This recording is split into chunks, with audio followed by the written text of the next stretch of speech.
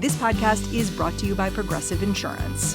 What if comparing car insurance rates was as easy as putting on your favorite podcast? With Progressive, it is. Just visit the Progressive website to quote with all the coverages you want. You'll see Progressive's direct rate, and then their tool will provide options from other companies, so you can compare. All you need to do is choose the rate and coverage you like. Quote today at Progressive.com to join the over 29 million drivers who trust Progressive. Progressive Casualty Insurance Company and Affiliates. Comparison rates not available in all states or situations. Prices vary based on how you buy. This episode is brought to you by Shopify. Whether you're selling a little or a lot, Shopify helps you do your thing, however you cha-ching. From the launch your online shop stage, all the way to the we just hit 1 million orders stage. No matter what stage you're in, Shopify's there to help you grow. Sign up for a $1 per month trial period at shopify.com/special offer, all lowercase. That's shopify.com/special offer.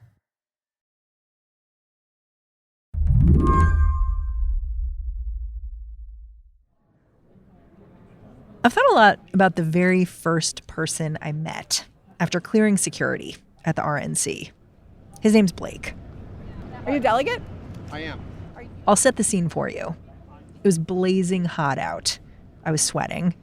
But Blake, he looked crisp and cool in a full suit and tie and a MAGA hat that had been signed by the Donald himself. Well, tell me about the suit. Just tell me about the suit.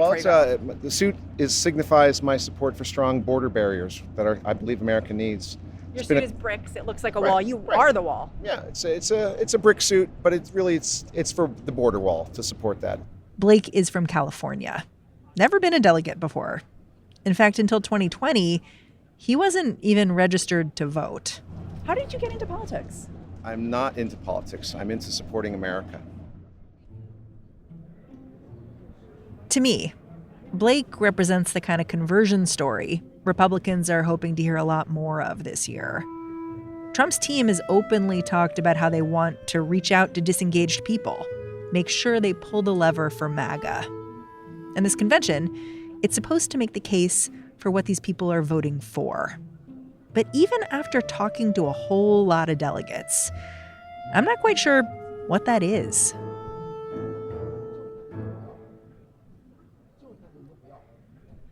Eventually, I started asking people I met, what is a Republican right now?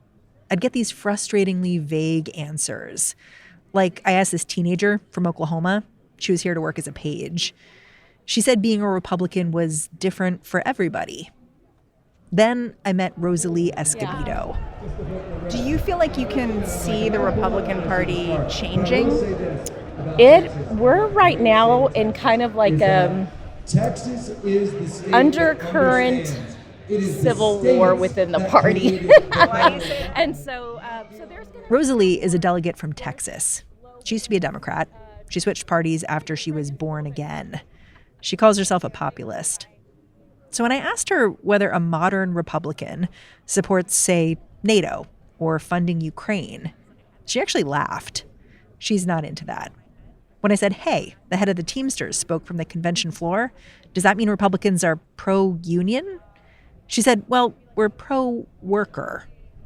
Rosalie herself is anti-abortion, but she says she realizes there are some people who aren't quite there yet.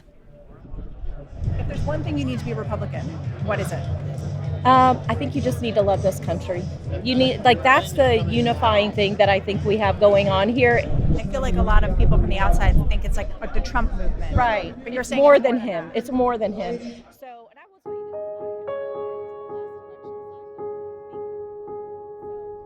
tell you do you feel, with Trump running again, with him selecting J.D. Vance as his running mate, you've talked about this civil war inside the Republican Party. Do you feel like your side's won? Yes, I do. Today on the show, Republicans are more united than ever. But after nearly a decade of Trump, are they united behind anything else? I'm Mary Harris. You're listening to What Next? Stick around.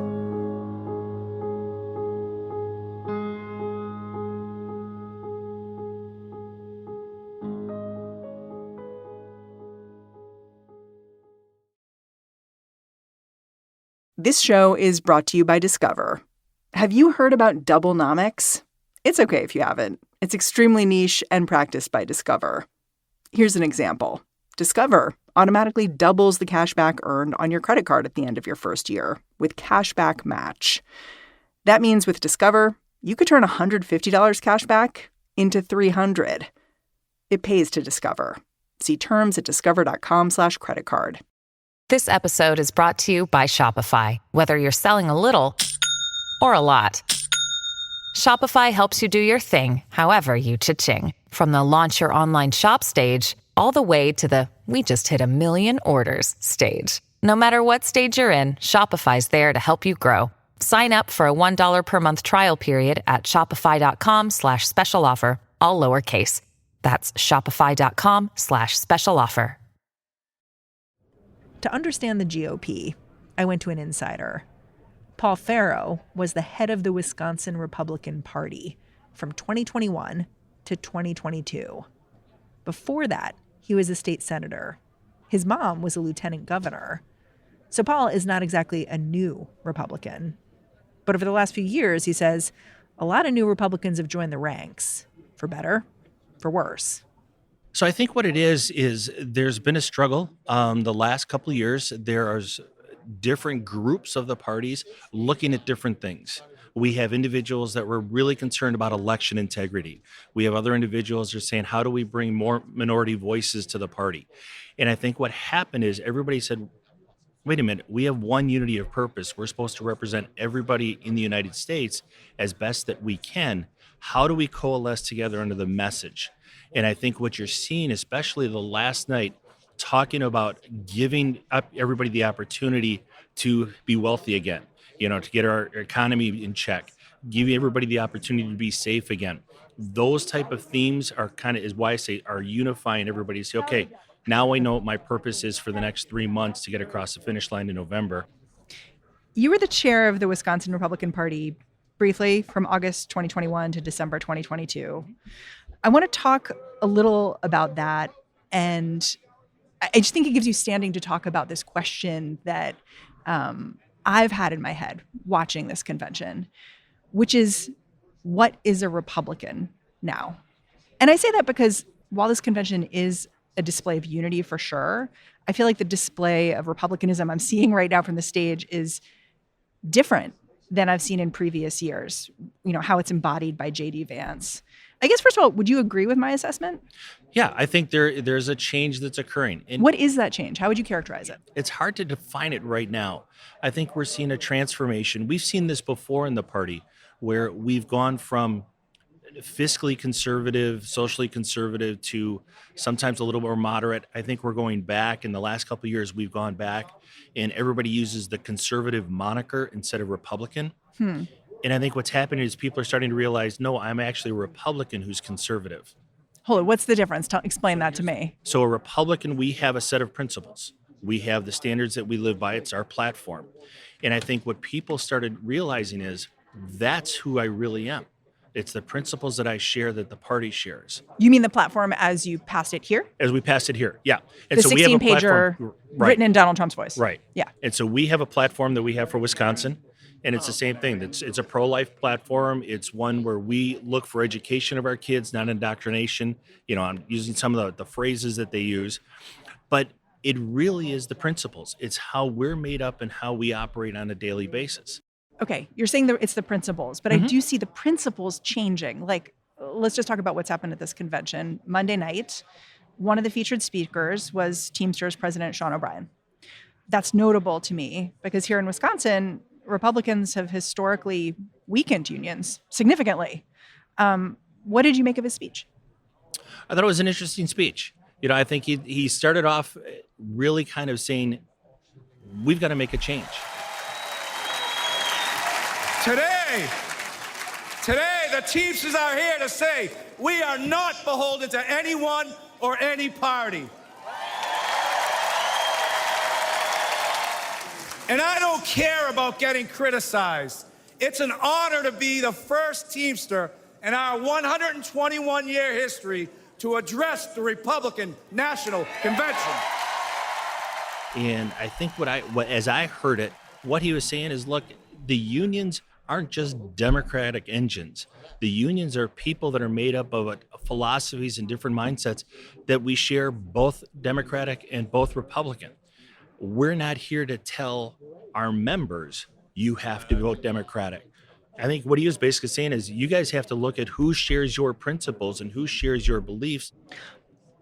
I guess this still surprised me, though, because, as of a couple of years ago, you and other Republicans were touting the fact that Wisconsin ended collective bargaining rights for public employees and made Wisconsin a right to work state, which means unions can't get as much money from dues.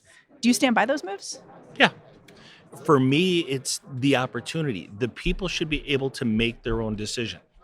And so when you looked at collective bargaining, there were unions that were the public sector unions that were driving costs up for school districts, for local governments that they couldn't control. But what's your message to a worker who's maybe unionized, who is worried that by weakening the unions, you're doing stuff like making it less possible for them to get the health care they need, or, have the rights as a worker that they want? I think what they need to do is negotiate and work harder with their management. When I look at most businesses that are out there, and I've got a number of union friends and people that I know who work in the union world, and the way I describe it is you guys are an organization still. You can still collectively bargain together. Even though in a right to work state, you can choose not to be part of the union, but don't hold that against someone because they don't know what the operationals of the union are. We talk about transparency in government. I think a lot of people would like to see transparency in their unions. Okay, another shift or tension I'm sensing at this convention is around abortion, because the party platform pushed abortion into the background a little bit, only used the word once.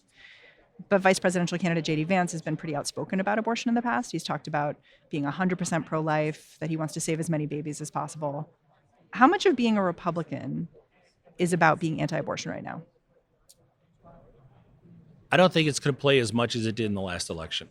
And I think what's happening is people are starting to realize there is a difference. I'm pro-life. I believe that life starts at conception. But at the same time, do I want government saying this is all it is? It's 100% or nothing. When we look at Wisconsin after the Supreme Court ruling, moved back to an 1849, basically abortion laws that we had that says abortions are only legal if it's for the safety of the mother. For a lot of people, that's too extreme. But then for a lot of people in Wisconsin as well, when you look at the numbers, the extremity of going to the other side and say partial birth abortion is legal, which a lot of Democrats say is too extreme. I think there's a point right in between. And what I have tried to do and what I've fostered in my life is educating people to let people know there's alternatives.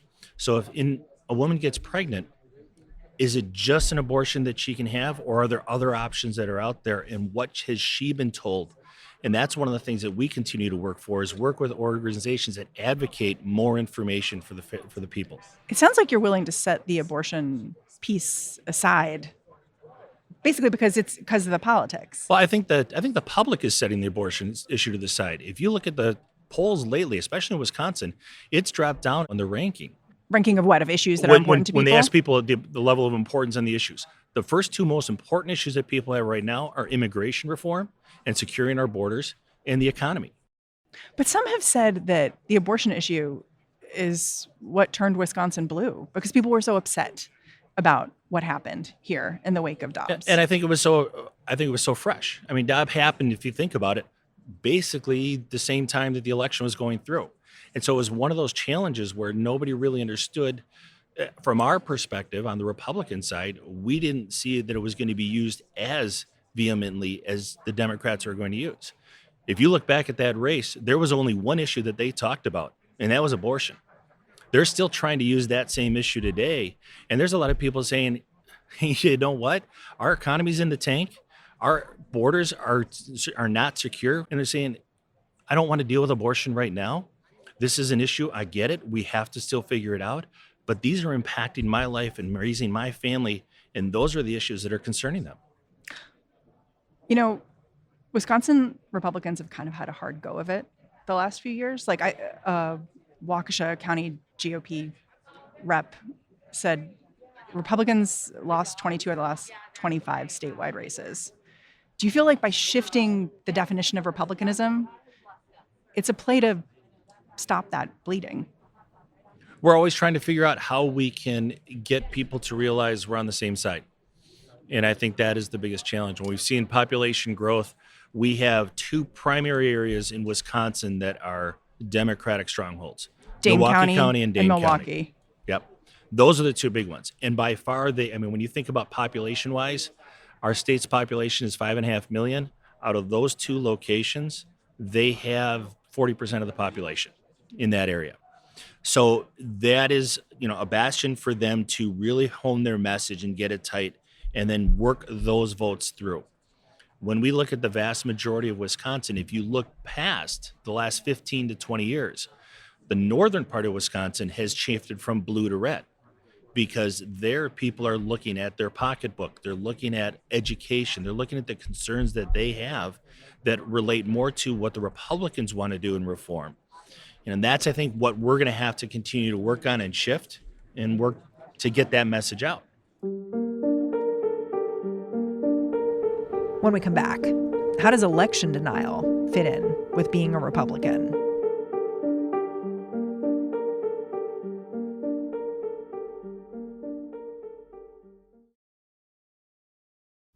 They are the families of the missing in America.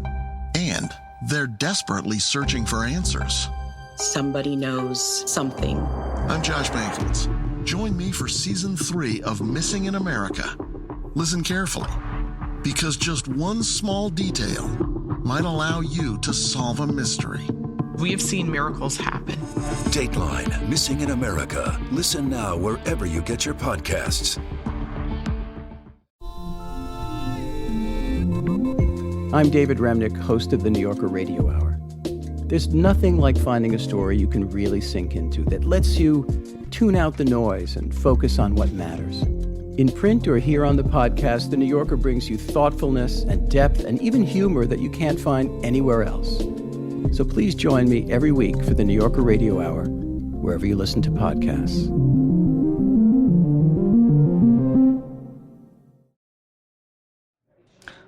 I want to talk a little bit about what might happen here in Wisconsin come November. And I wonder if before we do that, we can look back and just remind people, you were the head of the Wisconsin GOP after the 2020 election, and 2020 was very dramatic here. There were recounts in Milwaukee and Dane counties. Many members of the Wisconsin GOP signed on to become so-called fake electors, signing documents, supporting Trump as the winner of the election, even though he was not. As all that was going on, where were you? What were you doing?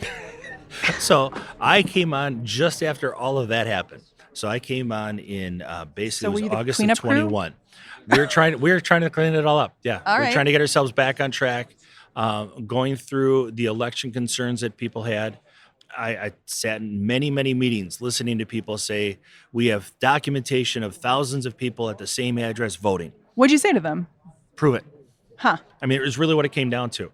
You weren't buying the election fraud? The election fraud that they were talking about? No, I wasn't. For what it's worth, Paul maybe wasn't on board with election denial, but he did support the GOP insiders who became fake electors in Wisconsin, telling a local radio station he thought they made a good decision. Anyway, back to those election deniers.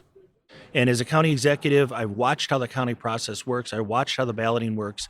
Our challenge comes down to the information, the data that we have. One of the challenges in Wisconsin is we have a voters list that is never depleted. So what does that mean? If you pass away, if you move, so you're not registered at your location anymore, they don't remove the name from the list. They just mark it as inactive. That upsets people. If I go back and look at a list, I may get a crossover of that list and showing those individuals. That's where I'd like to see it get cleaned up. We should purge those individuals that are no longer been voting for 3 or 4 cycles, which is what we typically do. Now we just mark it inactive. Get rid of it. So if they want to vote again, they've got to re-register. Do you think the GOP is preparing to legally challenge the vote this time around? I don't know if we're preparing to legally challenge the vote. We're preparing just like any election. If anomalies come up, and we've seen them in the past, not just in 20 and 16, but in previous elections, we're going to challenge what's going on. If there's issues that are there, we will be able to challenge them. But I think we're also trying to be proactive. So part of our state statute requires that municipalities have partisan poll workers. So equal number of Democrats and Republicans. We have over 5,000 individuals who have signed up to be partisan poll workers across the state. They're working within their municipalities to be the workers, to be the individuals that are there. We also have poll observers, individuals who can watch what's going on. Yeah, the Trump campaign said they want, I think, 5,000 people in Wisconsin for that We as have well. over 3,000 already. Wow. So we are continuing to work on that training. We're getting people to understand what they can and cannot do, if they see an anomaly, who they should reach out to. Are you prepared to say you'll accept the results of the election, no matter who wins? Yeah. Yes, I am. Huh. I look at it because I know the election process. I know what we do here in Wisconsin, and I've seen how it works. Yeah, I mean, I spent some time yesterday with election workers in Dane County. They definitely felt like they were spending a good deal of their time tamping down voter misinformation. How do you plan to support election workers like this come November? So our county clerk is in charge of the election process, and she has reached out with our 37 municipalities. They meet multiple times a year getting ready for elections. They work on new information. If their state law changes, here's what's happening. And then we just support them to make sure we've got the message out and what's going on. And I think that's what we constantly look at, is how can we engage the public to say, you want to see how the process is done? Come here and watch. If you want to be an observer, you can see how we do things. It's interesting because the poll workers I spoke to, the clerks, they all pretty much felt like they liked having observers. And they liked them because they thought once people got involved, they could feel the trust in the system. But one of them put it like this. He felt like it was gathering sand on the beach, like kind of he felt like as soon as he instructed one person and they were like, oh, I trust what you're doing. I get it now. There was another person with a new theory about why things were off, and it felt relentless. And I think that was where they felt the lack of support, especially because in this state, there have been multiple efforts to put things through the legislature to allow people to get closer to election workers as they work. There's been an effort to not have drop boxes. There have been all these efforts that basically say what the poll workers are doing, can't 100% trust it. And they felt like it fed the fire. And I think that's the big thing is, again, can I go back to transparency? Sure. If they can see it, if they can watch it, then, as I say, you kind of have to believe what's going on. It's unless they're all magicians that are working back there, there's not a sleight of hand. The challenge is, though, with drop boxes, there isn't a set of eyes that's there watching who's putting the ballot into the box. Well, most of them did want to have cameras trained on those boxes. And that would be awesome.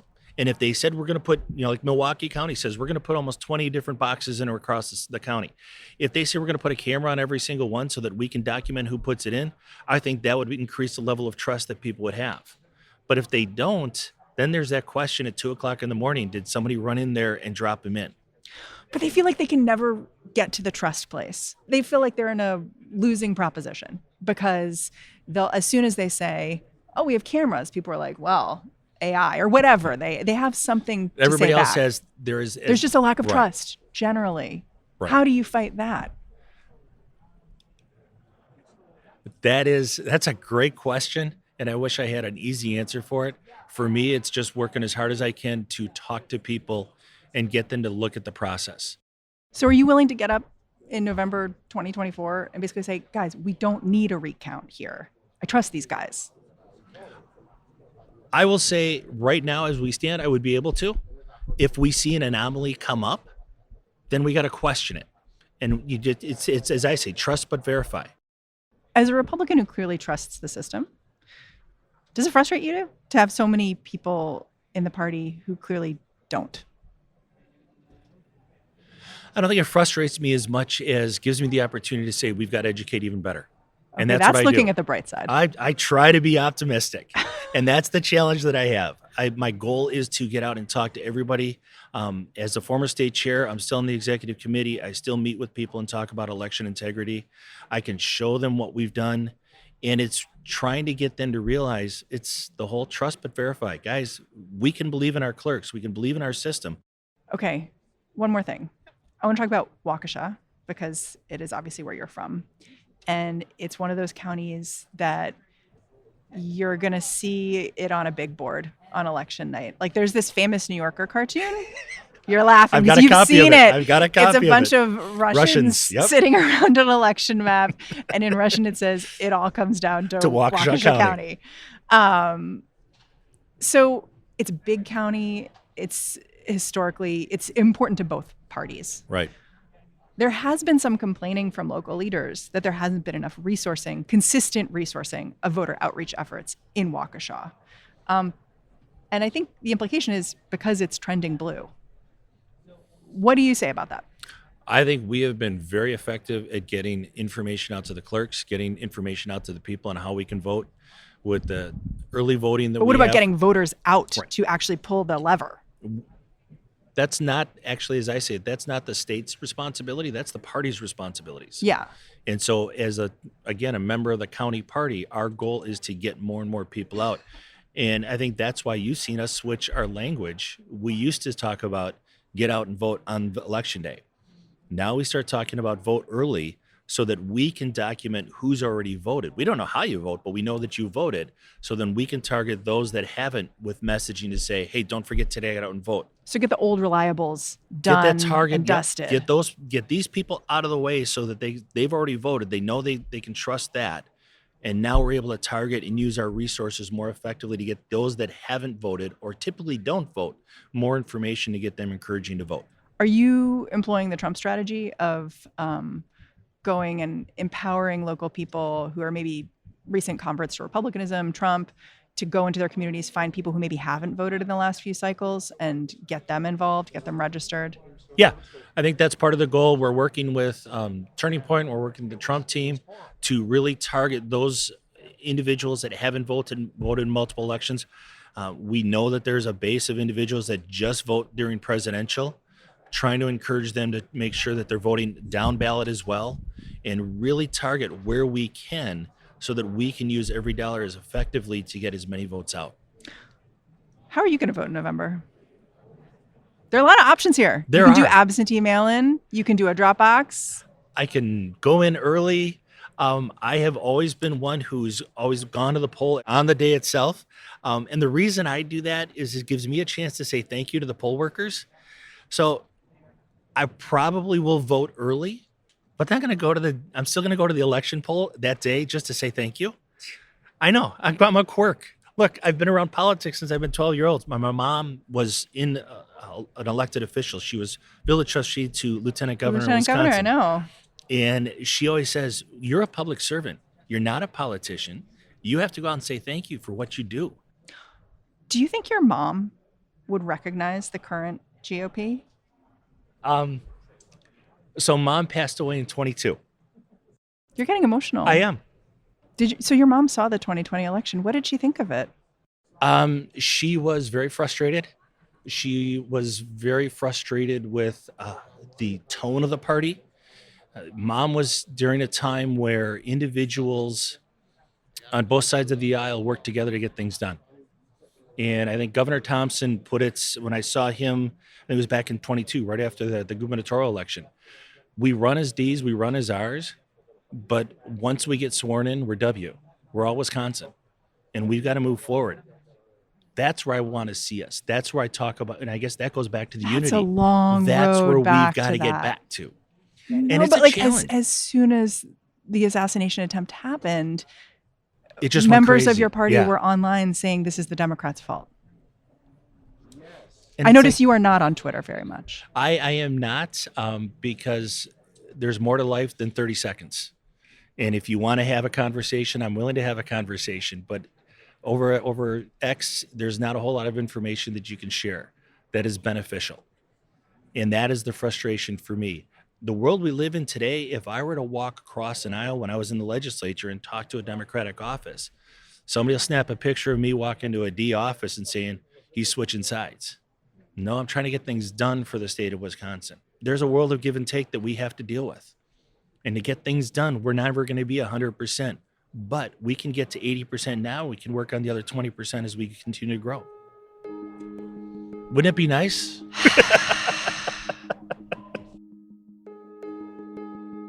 Paul Farrow, thanks for coming on the show. Thanks for having me. Paul Farrow is a Wisconsin delegate at the RNC. He's also the county executive for Waukesha County and the former chair of the Wisconsin GOP. And that is our show. What Next is produced by Paige Osburn, Elena Schwartz, Rob Gunther, Madeline Ducharme, and Anna Phillips. All week long, we've had amazing help from Cheyna Roth. Thank you, Cheyna. We are led by Alicia Montgomery with a little boost from Susan Matthews. Ben Richmond is the Senior Director of Podcast Operations here at Slate. And I'm Mary Harris. Thanks for listening. Catch you back here next time.